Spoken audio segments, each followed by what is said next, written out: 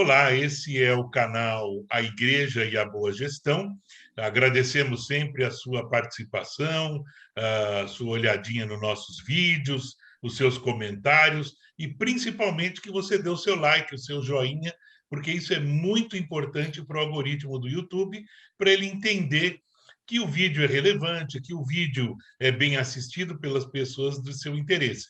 Lembrando sempre que você divulgando, comentando os nossos vídeos, você dá oportunidade para que mais e mais pastores, líderes, contadores, administradores, tesoureiros tenham acesso a essas informações.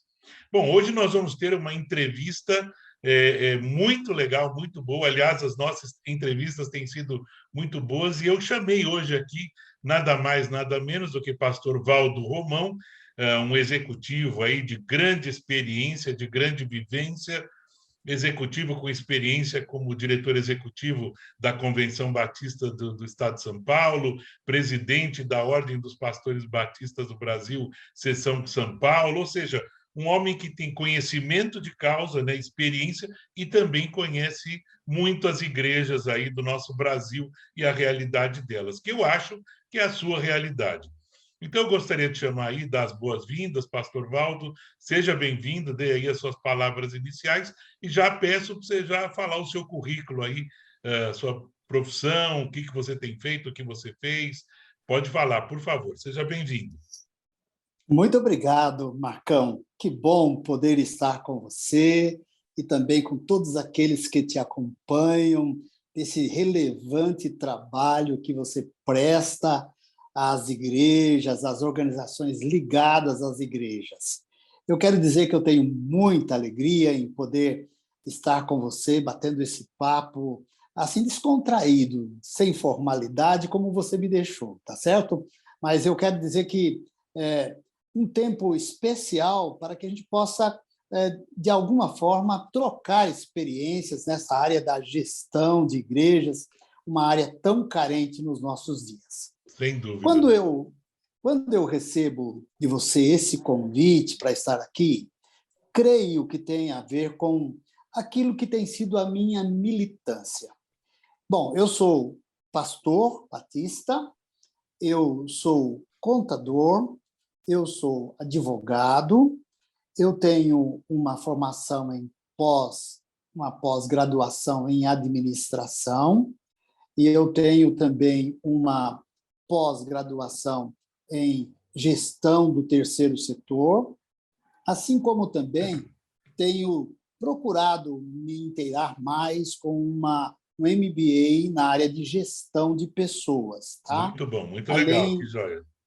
Além de uma pós-graduação na área de História e a história do protestantismo e teologia do protestantismo brasileiro. Então, somando esta nossa caminhada, a gente, então, tem tido contato com igrejas, com instituições ligadas a igrejas, como fundações, como associações civis. Com esta militância, a gente tem, então, alguma coisa aí para compartilhar. Tá bom? É uma alegria, muito bem. Obrigado, seja bem-vindo. Deixa eu te fazer uma pergunta. Você deu aula na Faculdade Teológica em Administração Eclesiástica? Isso mesmo. Eu fui professor na Faculdade Teológica Batista de São Paulo durante 23 anos.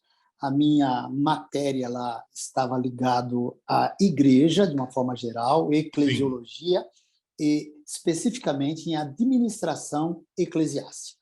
O que a gente tem notado, e até alguns pastores têm comentado, é que a realidade do Brasil é que, primeiro, uma grande maioria, então, quero que você me corrija, uma grande maioria não tem uma formação, uma escola formal, e naquilo que eles tiveram, daqueles poucos que têm, não tem acesso a esse tipo de informação, nem de eclesiologia, pelo menos teologicamente correto, tampouco em administração ou gestão de igreja. Como foi a tua experiência em relação a isso, ou o que você observou em termos de Brasil? Eu coloco para você uma primeira observação, Marcão. É o seguinte: quando a gente fala do cuidado para com a igreja, a gente percebe sempre que a formação que o vocacionado recebe nas nossas instituições parece que está sempre muito voltada ao espiritual, olhando para o organismo que a igreja é. Ok. E deixa de lado a questão da organização que a igreja também é. Aliás, deixa eu fazer Aliás, um parênteses aí. Nós temos um é, vídeo no nosso canal que fala sobre organismo e organização. Assista e, só um parênteses maior, aguarde, porque no final dessa entrevista nós vamos falar algo fantástico para o conhecimento aí dos pastores. Mas vamos lá, pode voltar a falar, por favor. então, o que eu percebo, então, Marcos, é o seguinte, nessa linha, inclusive, eu quero te parabenizar, porque eu vi essa sua live ligada à questão da organização e do organismo, e eu até coloco uma observação. Quando a gente pensa na igreja, então, quase sempre a preocupação é de ficar olhando para o organismo vivo que a igreja é, essa instituição que não é resultado de um fenômeno sociológico, antes é o resultado daquilo que saiu da mente de Deus. Deus Sim. criou essa instituição. E por Uhum. conta disso, eu percebo que quase sempre os nossos vocacionados e as instituições onde eles são preparados se ocupam apenas com o organismo vivo e deixam Certo. em segundo plano a Uhum. questão da organização. E por conta disso, até essa parte da organização é tida assim como não é tão importante, isso aí não é espiritual. E aí eu chego a fazer a minha primeira observação. É. Ora, a questão da organização, no sentido de cuidar dela, administrando-a, é matéria espiritual, sim, Sim, sem dúvida. porque faz parte da nossa mordomia cristã. Nós estamos Exatamente. cuidando de uma instituição que é divina e que Uhum. tem a sua relação com a sociedade, ora com os seus membros, ora com o poder constituído, ora com os seus funcionários. Então, nós temos aí a questão da compra e venda dentro dessa organização. Então, nós temos que administrar bem, sob pena de depois termos que administrar os problemas que surgem a partir daí. Então, eu entendo que essa confusão é feita muitas vezes, e por conta disso, Marcão, o que a gente percebe não se liga muito por esse lado, não se ocupa muito por esse lado. Então, a nossa formação é bem precária nesse lado, tá bom? E aí, no final, você acha que quando então o pastor assume o pastoreio de uma igreja, ele vai cuidando das coisas que ele entende serem mais importantes ou ligadas ao organismo e sempre relegando a organização para depois. E aí não tem jeito, porque ele tem que ter uma contabilidade, nós vamos entrar nesse capítulo daqui a pouquinho, mas aí o que ele acaba fazendo? Ele contrata um escritóriozinho lá que muitas vezes não tem conhecimento nenhum com relação àquilo. Eu mesmo, antes de ontem, fui consultado aqui por um pastor de Minas Gerais, dizendo que o escritório de contabilidade perguntou para ele como é que eles deveriam proceder, porque nem eles sabiam com relação ao sustento pastoral, com relação ao recolhimento do INSS, enfim. Então, muitas vezes, deixa-se esse assunto para depois, né? E contrata-se, quando contrata, né? Quando se dá atenção para isso, infelizmente, um profissional que não tem conhecimento. Mas esse é um dos propósitos do nosso canal. Sim. Falando nisso, com essa tua experiência jurídica e contábil, igreja tem que fazer contabilidade? Igreja tem que declarar imposto de renda? É um assunto muito importante, a sua observação ela é bastante oportuna.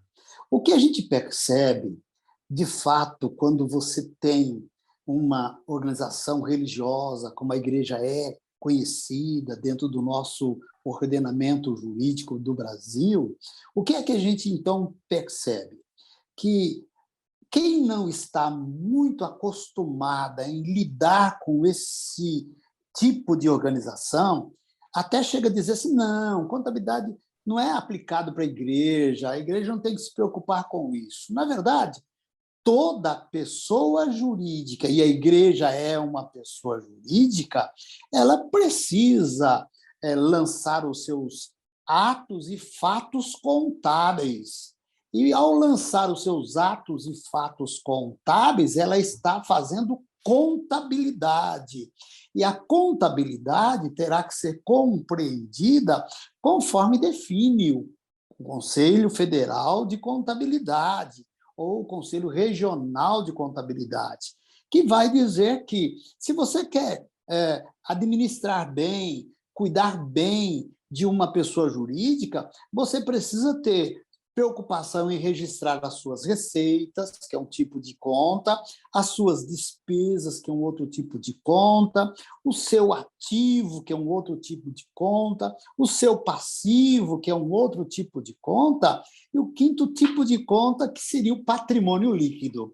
Então, você só vai conseguir saber, de fato, como é que anda a questão desses controles mediante a contabilidade, porque é a ciência que cuida desses fatos e desses atos contábeis. Então, nesse sentido, toda pessoa jurídica é obrigada a ter um controle, até para aplicar um princípio, que é o princípio da entidade. E esse princípio da entidade, ela faz uma separação. O que é pessoa física do que é pessoa jurídica. E nós temos que compreender que a pessoa jurídica é uma pessoa que, inclusive, pode morrer se não for bem administrada. Se há uma aplicação para a pessoa física quando comete um homicídio, também poderá ser aplicada uma penalidade para quem comete um homicídio de uma pessoa jurídica. Aqui entram os chamados crimes do colarinho branco, né? Então, sim, nesse sentido, aí a gente tem que se ocupar ainda muito mais, porque ela tem personalidade distinta de quem a dirige. E, nesse sentido, a gente tem que tomar cuidado. Termina o seu raciocínio, mas pelo que você está falando, então, o dinheiro não pode ser depositado na conta da pessoa física do pastor ou depositado na pessoa física do tesoureiro, né? Pelo que você está dizendo. De jeito nenhum, Marcão. Você vê a confusão que se faz. Agora, essa confusão, deixa eu até ampliar um pouquinho, essa confusão não é feita somente no contexto de igrejas, não. Sim. Até mesmo de pessoas que têm uma sociedade, de uma sociedade mercantil, quantas vezes ele confunde o que é dele, pessoa física, com o que é da pessoa jurídica, que ele é sócio tantas vezes, ou o seu titular. Então, não se pode misturar as coisas, tem que haver uma separação. O que é da pessoa jurídica, registrado em nome da pessoa jurídica. O que é da pessoa física, em nome da pessoa física. Se eu pegar um recurso que eu faço passar pela minha pessoa física, eu estou criando até um problema fiscal aí, de natureza de imposto de renda, porque eu terei que depois caindo na malha fina, ter que dar informação. Onde é que surgiu o recurso que está na minha conta da pessoa física? E aí eu posso ter problemas sérios com a Receita Federal por conta de misturar as coisas, tá bom? Mas você falou aí de imposto de renda, a gente está falando de declaração. Espera aí, mas a igreja não é isenta, não é imune de imposto? Por que ela tem que se preocupar com isso? Artigo 150 da Constituição, né? Exatamente. Como fica isso aí? Você me dá a oportunidade de fazer uma definição quanto ao que é isenção e o que é imunidade. A imunidade, você até fez referência com muita sabedoria. O artigo 150 da Constituição Federal define o tema dentro do Instituto da Imunidade Tributária. Agora, a imunidade é exatamente um cerco que a Constituição fez, colocando dentro desse cerco algumas pessoas jurídicas que o Estado, que cobra tributo, tanto a unidade da federação, o município, a própria União, não pode entrar nesta cerca para tentar cobrar um tributo. A isso nós chamamos de imunidade, é uma garantia constitucional. Logo, o poder tributador está proibido de entrar ali, mas quando fala de uma garantia constitucional, que tipo de tributo que está garantido o Estado não cobrar? é o imposto. Aí, mais uma questãozinha que a gente tem que colocar. Tributo é gênero, só que esse gênero tem diversas espécies. Dentre as espécies que o tributo tem imposto, contribuição, as chamadas contribuições parafiscais, não é propina, não, né? São as contribuições parafiscais, tá? A questão das taxas, a Taxas, questão emolumentos. emolumentos, vai por aí. São diversos tipos de tributo. A única imunidade que a organização religiosa tem é o tributo chamado imposto. Tá? Então, ele não é imune à questão de uma contribuição para a Previdência Social, não é imune para a questão do fundo de garantia, não é imune para outros tipos de tributo, apenas para o imposto. O artigo 150 que vai dar essa garantia. Enquanto que a isenção é um outro instituto em direito que tem garantia por uma lei que pode ser a qualquer momento tirada. Então, você pode estar isento para não pagar uma certa contribuição, mas daqui a pouco vem um outro Gestor administrador e diz público. assim, ele vai, não, eu quero cobrar aqui essa contribuição. A isenção é um favor legal que pode ser retirado a qualquer momento. É uma benemerência, vamos dizer assim. É uma benemerência do poder público. Enquanto que a imunidade é uma garantia constitucional, tá certo? Sim. Então, nesse sentido, a gente tem que tomar muito cuidado para que a igreja possa ter o direito à imunidade, tá certo? Do tributo, chamado imposto, que aí entra diversos tipos de tributos, olha, de impostos. IPTU, Imposto Predial Territorial Urbano, o imposto de renda. Aqui não entra a questão do imposto de renda do pastor, que é a pessoa física, é imposto de renda da pessoa jurídica. Da pessoa jurídica. Exatamente. Contribuição social, que não existe. Né? O ICMS, por exemplo, de uma conta de luz. IPVA de veículo, né? De um veículo, o IPVA de um veículo. Então, esses impostos, a igreja tem imunidade. Agora, também, você me permite, tem direito a essa imunidade quem atende a pelo menos 3 requisitos que a lei estabelece. O artigo 14 do Código Tributário Nacional vai dizer: você quer a imunidade, você tem que atender a pelo menos 3 itens. Espera um pouquinho. Artigo 9 e 14, nós vamos falar, só fazer um parênteses, na aula de direito religioso.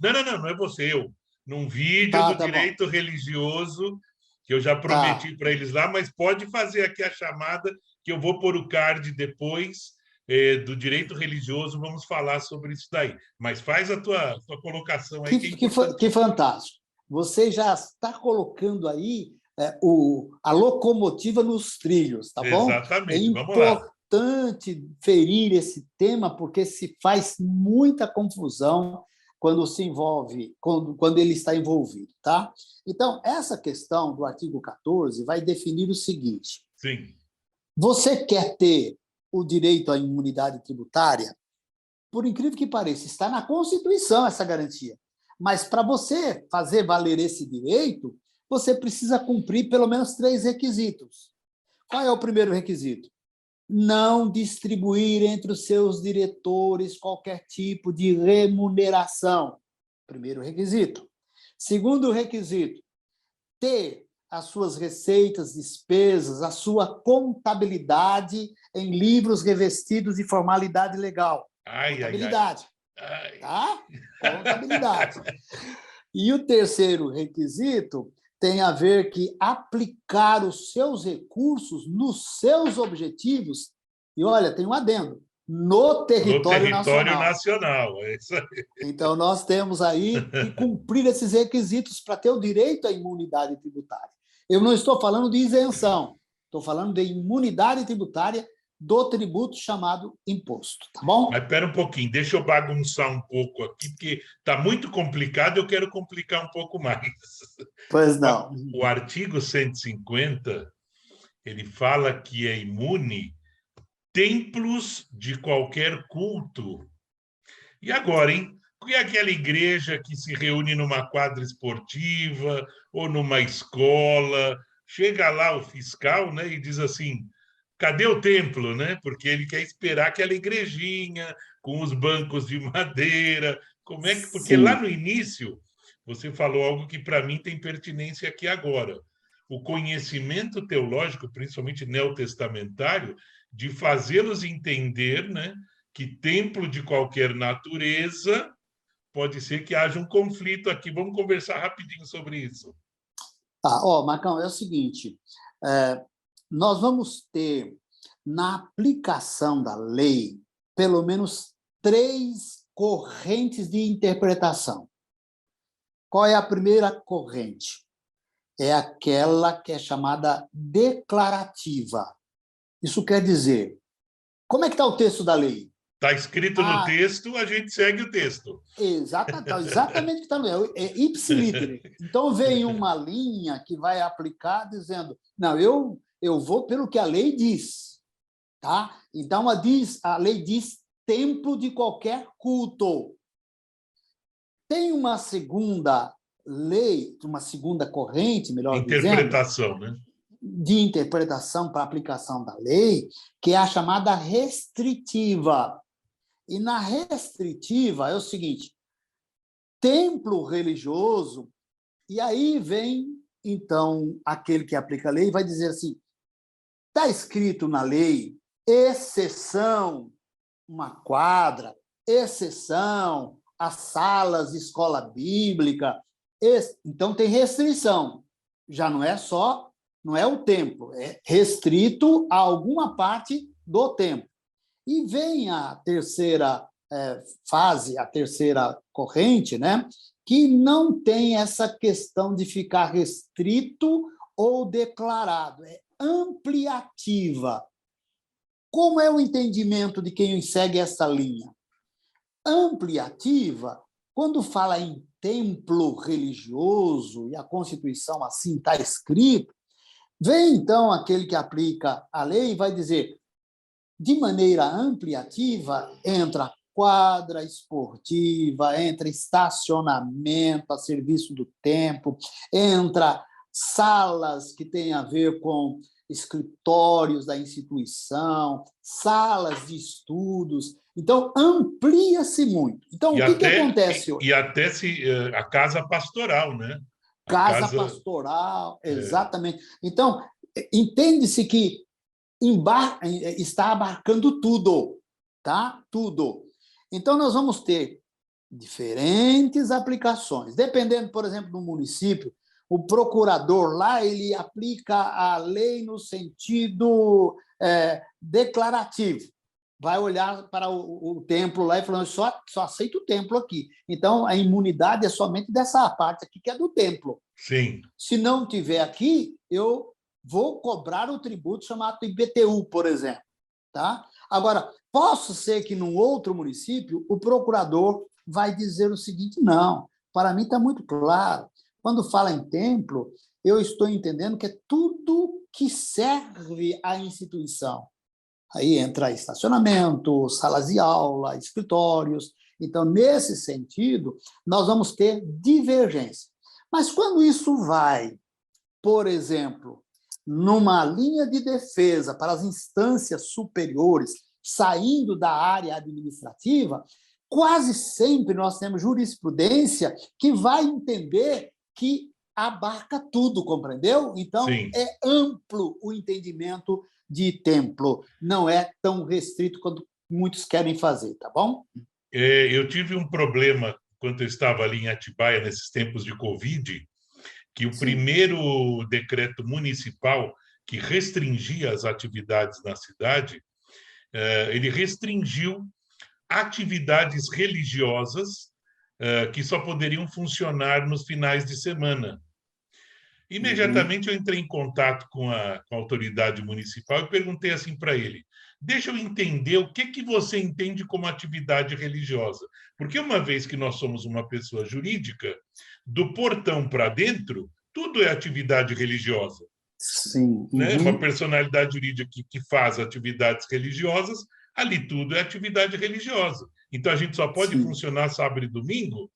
Então, nós tivemos que ter um entendimento mais amplo ali com relação a isso, até para fazer frente ao decreto municipal em relação à Covid. Mas deixa eu falar o que eu prometi lá no início do nosso vídeo, que é falar sobre o manual, né, de terceiro setor e instituições religiosas, que o pastor Valdo Romão é um dos autores, é um best-seller.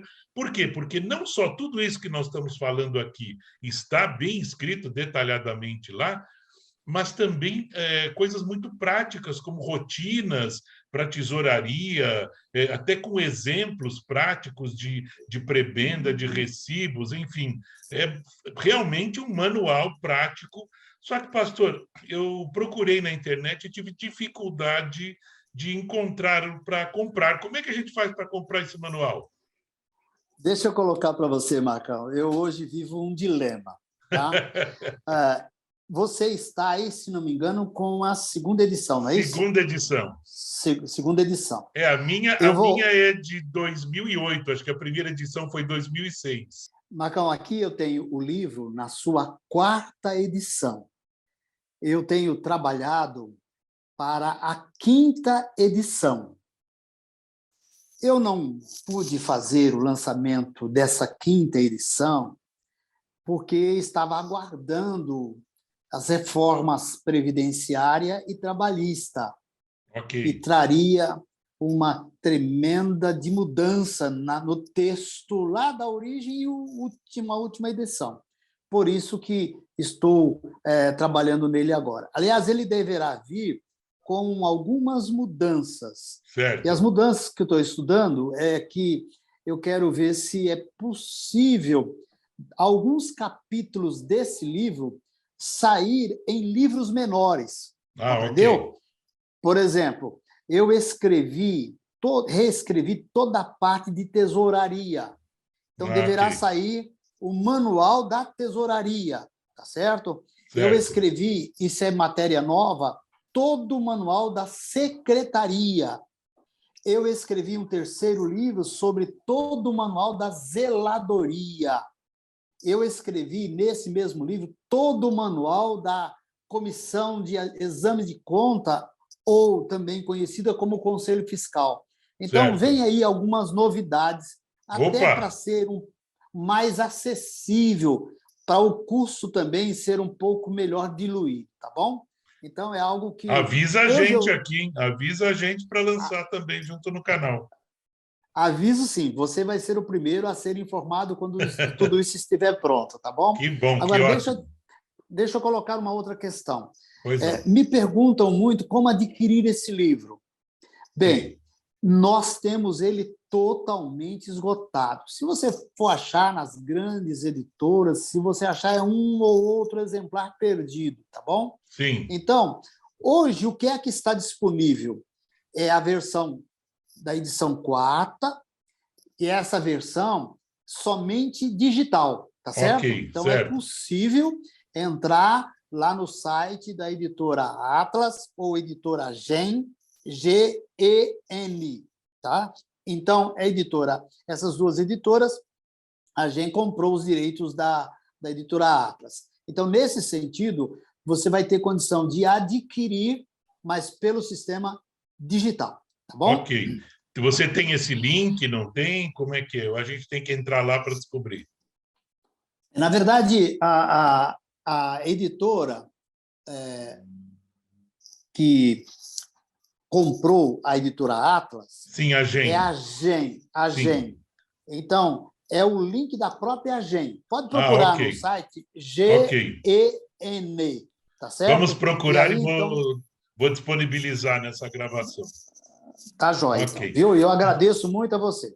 Valdo, eu preciso encerrar. Passamos bastante, como sempre. Papo muito bom, muito técnico, né? É importante que o pessoal saiba que, infelizmente, para eles que não gostam, é um assunto técnico, mas que é importantíssimo, se não fundamental, porque você falou aí até morte da pessoa jurídica. Nós estamos falando de morte administrativo-financeira, contábil, jurídica da igreja. Então, a coisa é muito séria. mas dê aí o seu tchauzinho para o pessoal, suas despedidas, que nós vamos encerrar. Muito bem. Primeiro, eu quero te agradecer pelo convite e me coloco à disposição para estar tocando sobre esse tema, que ele é bastante amplo, tem muita coisa para falar.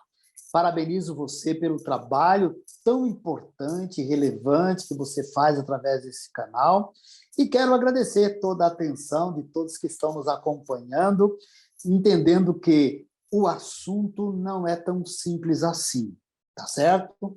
Eu quero dizer que eu trabalho em contabilidade, o mês que vem completará, olha, o mês que vem completará 49 anos. É tá? bastante. Então, é bastante tempo. Então, eu quero dizer para você uma coisa, que lá no passado era muito simples. Você tinha até uma forma de deixar ou levar as coisas de uma maneira tranquila. Hoje, não. Hoje, você tem tudo informatizado. Então, você mesmo com as suas informações acessórias, você fiscaliza e dá informações para o poder público. Então, nesse sentido, continue cuidando desse tema, porque ele é importante. Então, muito obrigado pela atenção de todos. Viu? Que Deus abençoe cada um de vocês. Amém. No ministério importante da administração da igreja, na área da tesouraria, na questão da admissão de funcionários, porque nós temos tido muita dor de cabeça nessa área envolvendo igrejas. Muito obrigado, pastor Valdo Romão. Agradeço muito a sua participação. Eu sei que nosso tempo é extremamente curto para a quantidade de informação e, mais ainda, para o volume de conhecimento que o senhor tem aí ao longo desses tantos anos, né? Como profissional, como pastor, como advogado. Muito obrigado. E para você que está nos assistindo, dê o seu joinha, o seu like, compartilhe, divulgue e convença aí o seu pessoal da igreja a assistir isso junto com você, porque a coisa é séria e pode levar a desastres aí no futuro, se não for levado de maneira séria. Então, muito obrigado, um forte abraço e fiquem com Deus. Até lá.